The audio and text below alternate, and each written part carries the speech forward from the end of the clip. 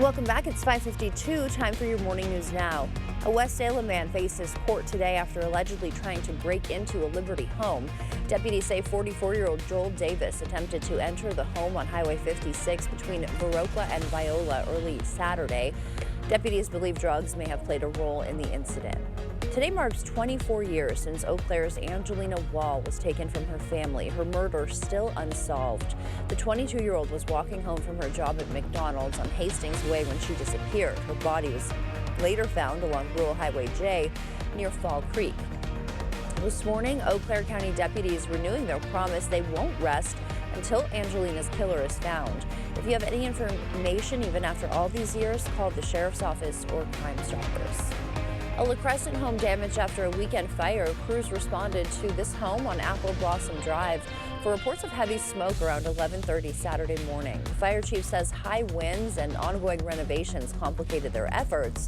While nobody was home at the time, investigators believe it may have started in the chimney. Just make sure if you're leaving, your fires are completely out, and make sure you clean your chimneys at least a couple times a year. Get that creosote and everything out of it. Multiple fire departments responded. Today's the last day for Americans to pay their respects to former President Jimmy Carter in Atlanta, where he's been lying in repose since Saturday. Tomorrow, services move to Washington, D.C., where Carter will lie in state at the U.S. Capitol till his funeral later this week on January 9th. Flags across Wisconsin will fly at half-staff today, honoring former state senator George Patak, who died at 75. He represented Racine and Milwaukee suburbs, casting the historic deciding vote that built what's now American Family Fields. He later served in the state's Department of Financial Institutions. A major closure on Lacrosse Street could impact your morning commute. Eastbound lanes are shutting down today between 3rd and 7th Streets for communication work. Instead, take 3rd Street south to Cass, then up to 7th to get around it. No word on how long the road will be closed. If you still have your Christmas tree up, here's your chance to get rid of it. La Crosse's citywide pickup starts this morning.